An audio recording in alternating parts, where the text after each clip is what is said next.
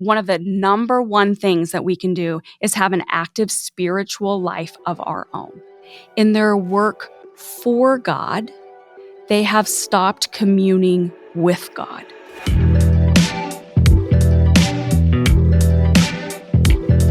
Hey everyone, welcome to the Intentional Churches podcast. My name is Aaron Johnston and I'm here with a couple friends today. I've got my good friend Doug Parks from Intentional Churches. What's up, Doug?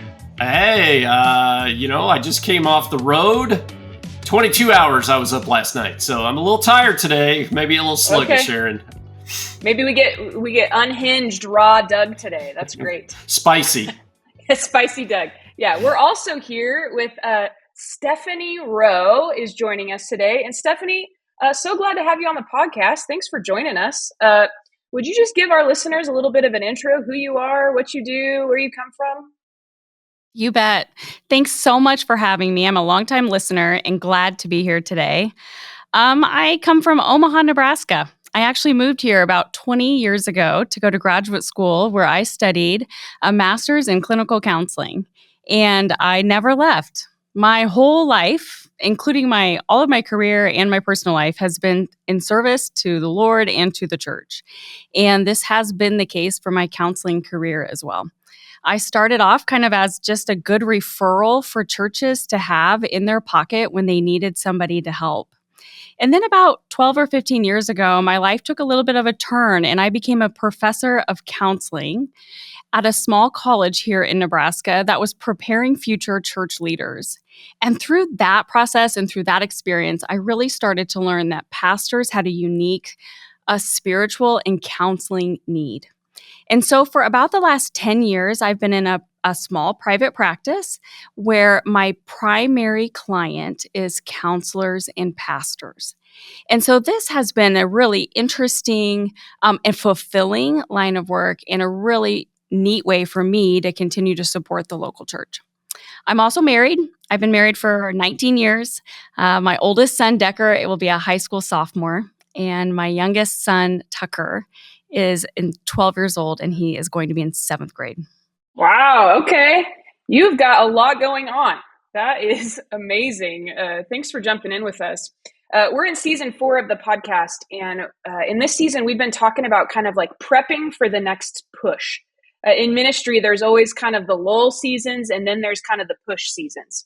And so in this season, season 4, we're just trying to figure out, how do we prepare well for whatever the next push in ministry might be? You know, for some ministry leaders, summer is a lull. For other ministry leaders, there's other times in the year that's a lull. And so wherever you are listening and find yourself in the calendar year, it doesn't really matter. But today I really want to kind of focus in around this idea of like the work that you do. If we could just start by saying, like, give us the state of the union on the mental, emotional, and spiritual health of church leaders today. Like you said, those are your primary clients.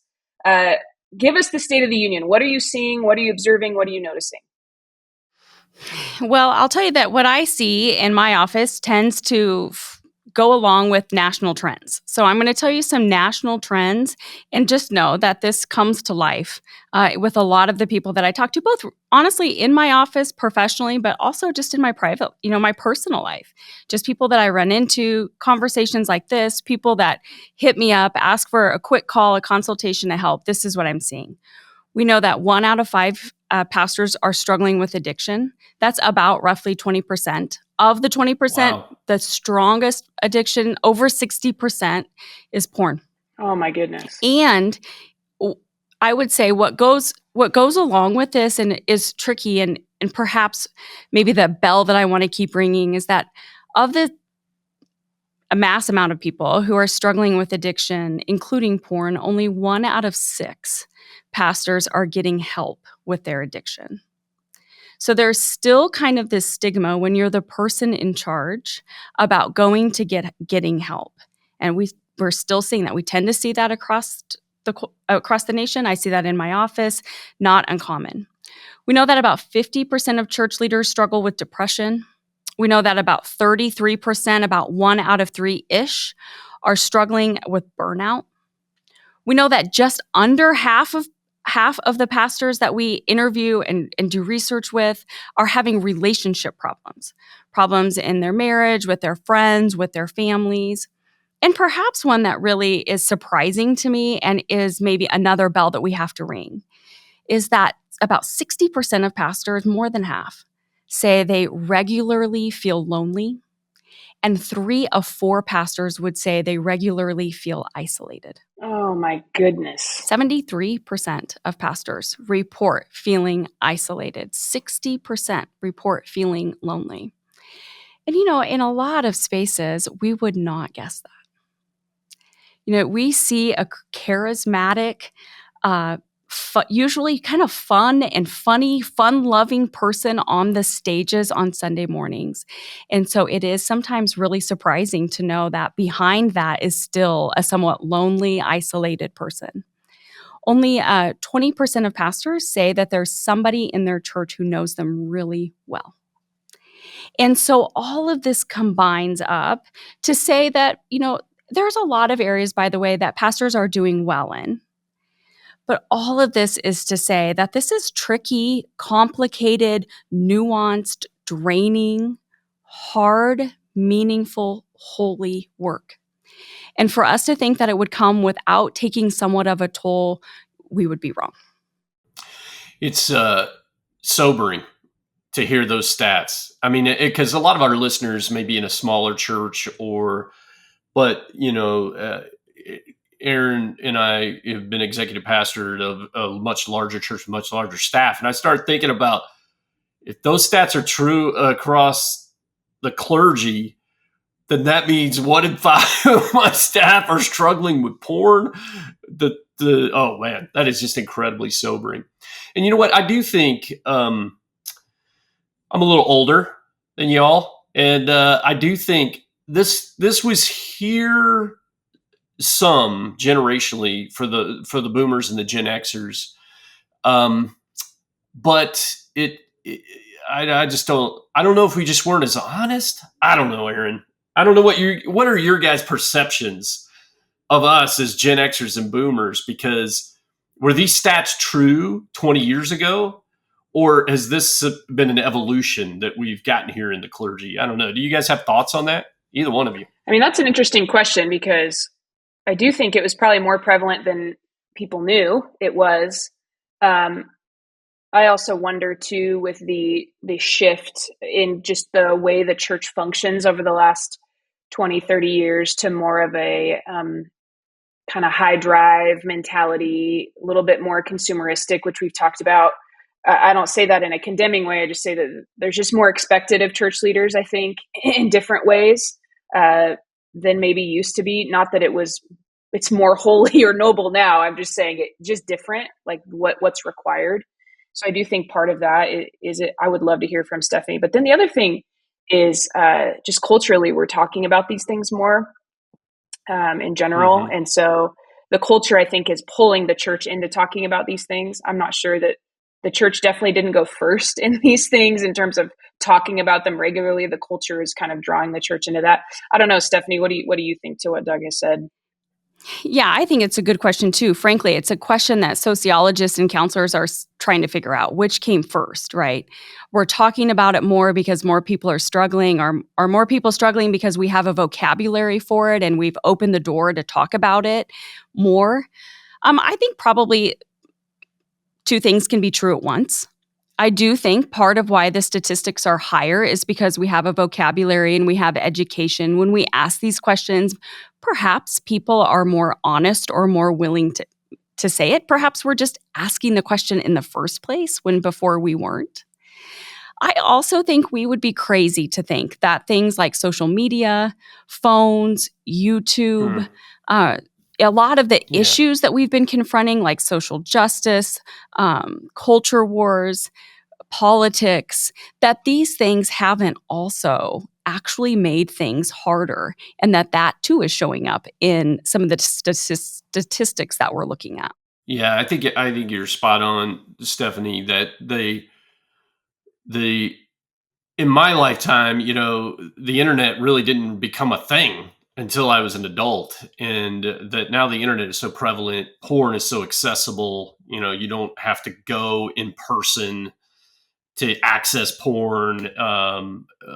That those things I do believe, and even the isolation. Even the government is starting to say this. Like social media is on the edge of having to have warnings attached to it by the government because of this. So yeah, that does make a lot of sense. And I do think if you're a pastor out there, I think just practically my challenge for you would be, hey, you got to think about how much you're online and how much you're absorbed in these isolationist behaviors that have this other life that exists online.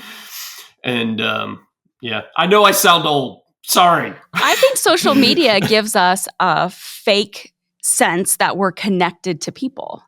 And so when we talk about people being lonely and isolated, we think, well, how can that be when literally in your pocket is a tiny computer that can connect you to everybody you've ever met on Facebook or Instagram or Snapchat? How can we still consider ourselves isolated and lonely? And the answer is because that does not meet the need.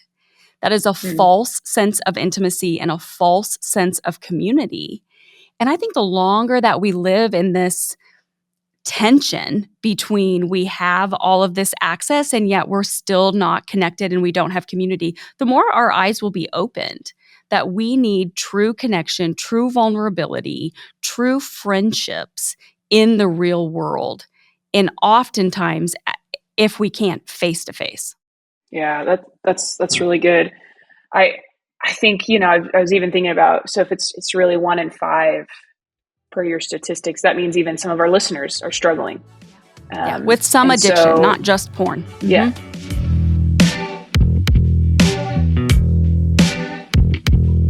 Stefanie, I want to kind of flip the conversation to the other side because it's sobering, it's hard, and it's important for us to acknowledge like the reality. On the flip side, I wonder for you as like a mental health professional, someone who deeply values and loves the church and church leaders, like what is your hope for church leaders in these different categories, mental, emotional, spiritual? Like when you think about health and when you think about like what you hope and desire for people, how would you describe that or sum that up for us? Yeah, thank you for that question, Erin. I think that's a good question to ask. Sometimes the question that I ask in my life is, what is this person doing well? Or what is this person doing different that seems to be working? And again, the people that I meet, the people that I talk to who are doing well, the things that I've learned that they're doing well tends to collaborate with what we know from national research. So there are a few couple levers that we can pull. What is the best bang for my buck if I don't want to fall into these statistics and I want to be a healthy leader? Okay, one of the number one things that we can do is have an active spiritual life of our own. Mm-hmm. So another way to put it, we got to practice what we preach. Mm-hmm. So we know that 47% of pastors told us that they had not invested in their spiritual life recently. 47%. Mm-hmm. So this is one of the biggest levers we can pull. How am I actively engaging in a dependent daily relationship with God? How do I find meaningful worship inside my community or outside of it? How can I have a living encounter with God in a way that fills up my soul in a meaningful way? Mm-hmm. This is something that we are watching pastors give up in their work for God. They have stopped communing with God. Yeah. And I don't have to tell you guys that the trickle-down effect of this is costly. It is costly not only in the pastor's life, but also in the life of the local church and the global church. Because when people hear about pastors, sometimes what they think about is hypocrite, adulterer, child predator. We have lost our credibility and really have to go back to being trustworthy people, carrying the life-changing news of the gospel of Christ. And we cannot do that if we are unattached from the tree. Mhm. Yes. Yeah, I think just as you're talking, I am personally reflecting, and it's I'm in a heavy, heavy personal season right now. We've got my youngest daughter, basically a very lifelong medical issue that we've begun to treat. Ministry for intentional churches right now is incredibly heavy. I have a graduating senior who's moving to college soon. And I feel some of the things you're feeling or you're saying, Stephanie, I'm like, it's becoming harder and harder for me to do the things that are replenishing. And I wonder how many of our listeners are in one of those seasons right now, like where the weight of life is so heavy. But what you're saying is so true. When I am first a Jesus follower, not a professional pastor, or um, I I do have more gas in the tank and more reliance on him and some of these heavy things that burdens I'm carrying across ministry, family, and everything else. So anyway, you're making me think. Stop it. Yeah, it takes one to know one. I'm in the thick of it too. I'm a full-time counselor. I'm also an elder at our church. I'm a teaching pastor, and I have to practice what I preach too, which is to live a healthy, balanced life that is dependent on God. In addition to that, I would say, what are people doing? People who are faring better, what are they doing well? They have an active spiritual life. I would also say that they understand that friendships are not luxuries, that they take time to invest in intentional friendships with people who they want to do life with. And I would say that for a lot of church pastors, this is tricky. I would say, we have 60% of pastors saying they're lonely, 73% saying they feel isolated. In a way, I get it. Most people at their church are their subordinate. There is a power dynamic that can be difficult. And even within their church, I think sometimes conversation can easily kind of roll over into, well, I don't like the youth pastor or, whatever. And all of a sudden it feels like I'm switching hats and I'm not just a friend, but now I'm their pastor. We've probably all felt that from time to time, and I have too, right? So it does get tricky to have good friends when you're kind of at the top of, frankly, any organization. So I encourage pastors, let's try to find some friends like in your neighborhood. Or would you like to join a golf league? Or would you like to join a pickleball league or a book club? Yeah. Or pick up a new hobby, take those vacation days. And research tells us it takes about 200 hours of unintentional time, or excuse me, unconnected time, like just time to do whatever you want. It takes 200 hours of unstructured time to create a very good friend. And unstructured time is not work. So even though we often feel close to our colleagues, that's not the same as having a friend or a best friend. Wow. Yeah, that's making me think, and I have experienced too. Even being a younger leader, like friendship is challenging, and I feel very lucky to have some great friends, but that has not come easy. You have to really work at that. In this season, we're talking about kind of preparing for the next push, whatever that looks like, and so for some of our listeners right now, they might be in a little bit of a lull season in ministry, or they might be, sometimes it feels like ministry is 100 miles an hour all the time, but hopefully we're experiencing some seasons where things take a step back. And so I want to shift our conversation here to get, we've kind of started down this road, but to just get even more practical. Like, how do church leaders really shift their rhythms? In a season and a time when maybe they have a little bit more time to pay attention to those things, or even for some of our listeners right now who are hearing what you're saying and are like, whoa, that's me. I need to change course. All right. I need a new reality. What are the things that you advise people to do to reset rhythms? Like, how would a listener go about doing that right away from your perspective? Yeah. I'm a farm girl. I grew up in Western Nebraska in a small town, and we talked a lot about planting season, watering and harvesting. Mm. And I sometimes think of our lulls as either a watering season or the winter, right? The winter season when the land is resting. Either way we think about it, we can learn something in that lull. So one of the first things I tell people to do is to take an inventory. When we find ourselves in a lull, I think it's good to look back and say, okay, what went well? And how, if I got to this season and I feel burned out, restless, bitter, and angry, then I want to take a notice of that too.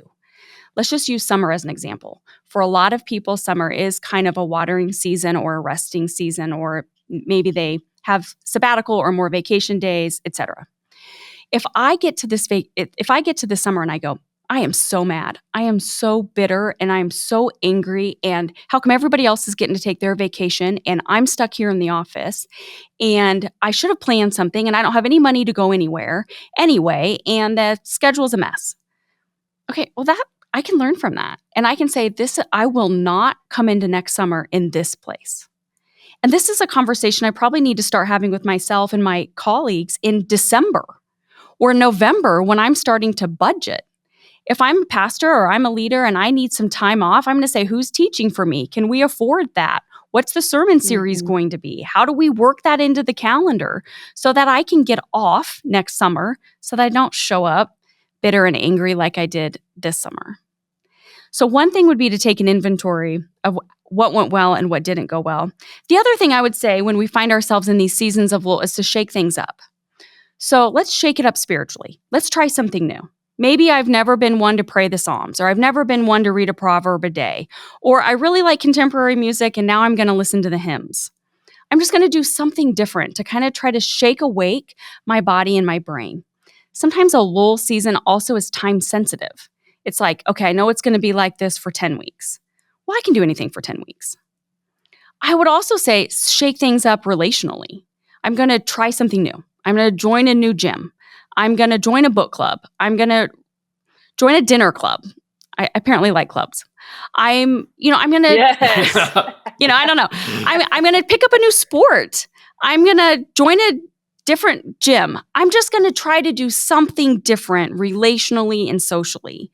Because again, this is an opportunity to feel less isolated, to feel less lonely, to have genuine friendship. And I can do anything for 10 weeks. So for something that's kind of time limited, this is a good opportunity to do that. Okay, the last thing I would say is if I'm in a lull, this might be an opportunity for me to take a break from social media. Can I log out for a month? Can I just give my brain a break for the 4, 6, 8, 10 weeks until things ramp up again? This would be a great time to take inventory of our online habits and to give our brain and our body a break from kind of the constant scrolling, the comparing, the distraction that online and social media can be.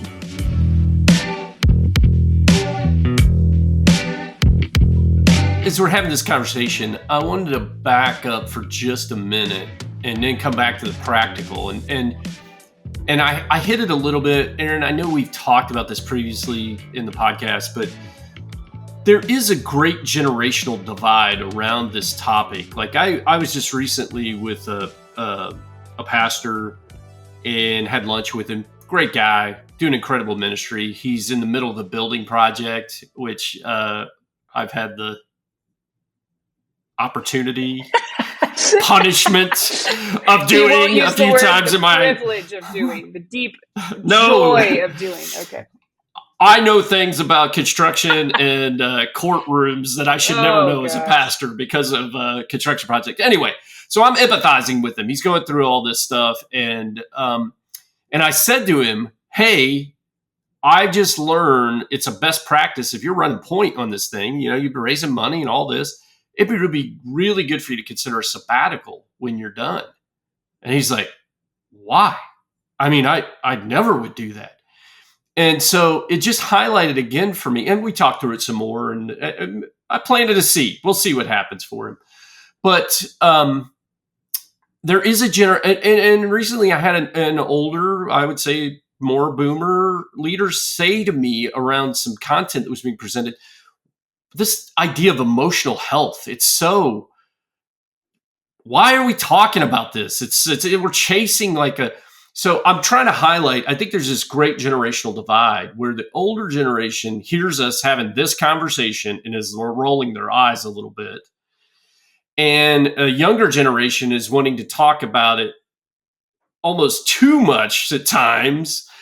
But I do think having an open forum and having some practicality, like what Stefanie's bringing, one of the things that we try to teach inside of intentional churches is the power of the calendar, which Stefanie is hitting on. And Aaron, with your question, you hit on the lulls of the season. And just like with anything else in life, parenting, ministry, you have to bring intentionality to this. And the way I used to think about it, and I still try to, although I'm being terrible at it right now, is what are the things that fill me physically, intellectually, emotionally, and spiritually? And then how do I operationalize those, by getting them in the calendar? And the way I used to think about it more when I had more intentionality was I was thinking daily, weekly, quarterly, and then one big reset a year. And those were probably my most healthy times in ministry. And so for our listeners, I hope that this little bit of what you're hearing, you can take, and even in this season, think through, do I have an intentional plan that's reflected in my calendar that shows how I'm doing the activities and things that fill me to we use the term green personal tank, physically, intellectually, emotionally, and spiritually, in a season, especially when you're in a lull like this. So I don't know if all that's helpful. I just want to highlight, I think I would summarize Aaron and Stefanie by saying, if you're a boomer or Gen Xer, listen, taking a sabbatical where you actually don't produce. That's the key. A lot of guys, a lot of leaders I talk to, guys and gals, they'll talk about taking a sabbatical and they list off I'll say, what are you doing? They list off all this stuff. I'm like, that just sounds like a different job. Taking a sabbatical, taking intentional vacations, knowing yourself and how you replenish, and being honest about the past season's toll, I think are just really some of the practical things that ministry leaders need to be considering. So I would just add to that, Doug, that I think that a lot of pastors who are against sabbaticals do realize the value of them once they find themselves about a week or two deep, right? They kind of go, wow, I did not realize all of this was so heavy on me. Also, I think sometimes other people in their life go, man, you seem a lot better. Well, what do you mean what do you mean better? Yeah, well, you've been really short fused and you've been really hard to live with and you've been kind of hard to be around. Oh, I didn't know. And so I think taking a sabbatical is a gift to yourself, your future self, your family, and your church, because our hope would be that this helps us stay in the game longer and stay in the game healthier. Mm-hmm, mm-hmm. That's really good. I want to go back to some of the practical steps you were laying out. And then I wonder if you have any just kind of stories for us of any church leaders that have kind of gone from, maybe somewhere in the statistics you were mentioning earlier to like just finding some victory in their lives. But just to the inventory thing, I can't stress enough. I just want to just like put an exclamation point on that. A therapist handed me a practice of an inventory, and it's become at least monthly. If not, I try to do it every other week around 4 simple questions for me that have been really helpful that I'll just offer. What am I mad about, sad about, glad about, and anxious about? And just making a long list to each of those questions has really helped kind of unlock me a little bit. I'm an Enneagram 3. If anybody knows things about the Enneagram, great. If you don't, great. But Enneagram 3s sometimes have a hard time like processing emotion the first time. And so for me, I'm like, people are like, how do you feel? I'm like, I feel great. I feel fine. And then I realize later, no, I don't.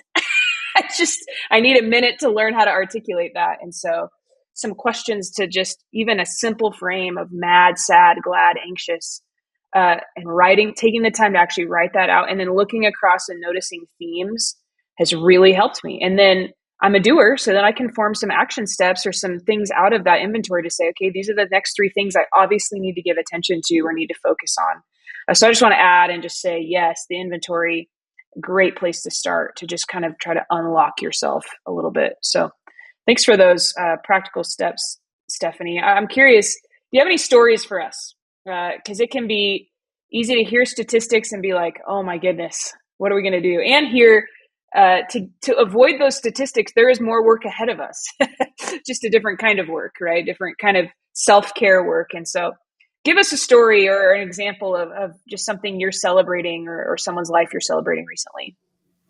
Yeah, I will say that I talk a lot in generalities just due to the nature of my work, but I would say there's a lot of people that come into my office that I meet. Like I say, I do a lot of this type of thing, that I meet them and they say things like, the devil doesn't take a day off, and so I can't either.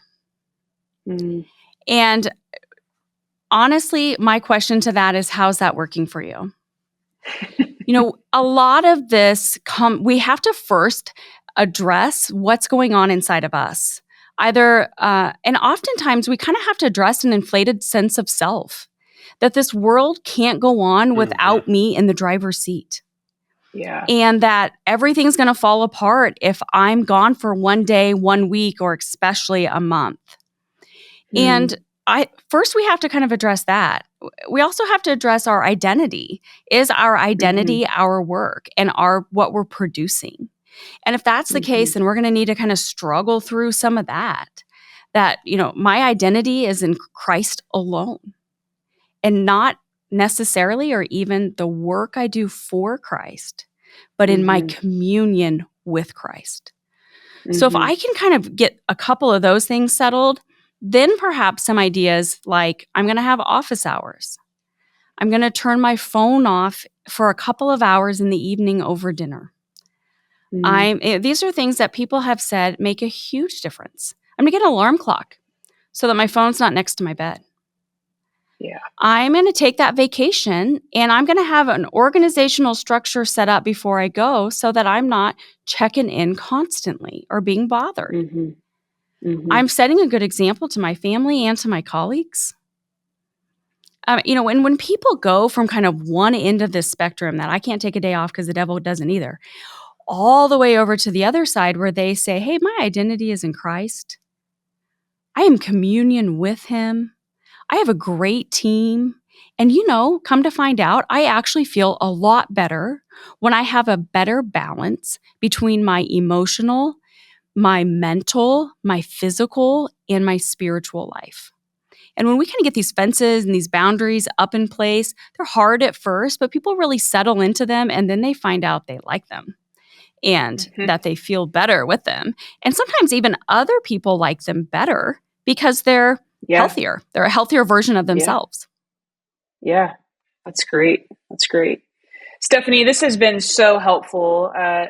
To our listeners, I just want to encourage you, especially if you find yourself, honestly, I would say it doesn't matter what season you find yourself in.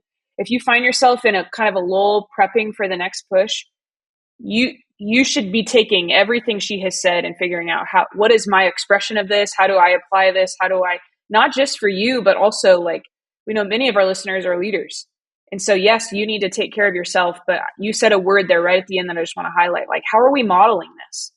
One of the things that I was kind of confronted with is if the staff knows that I'm on vacation and yet I respond to their emails, that models something to them.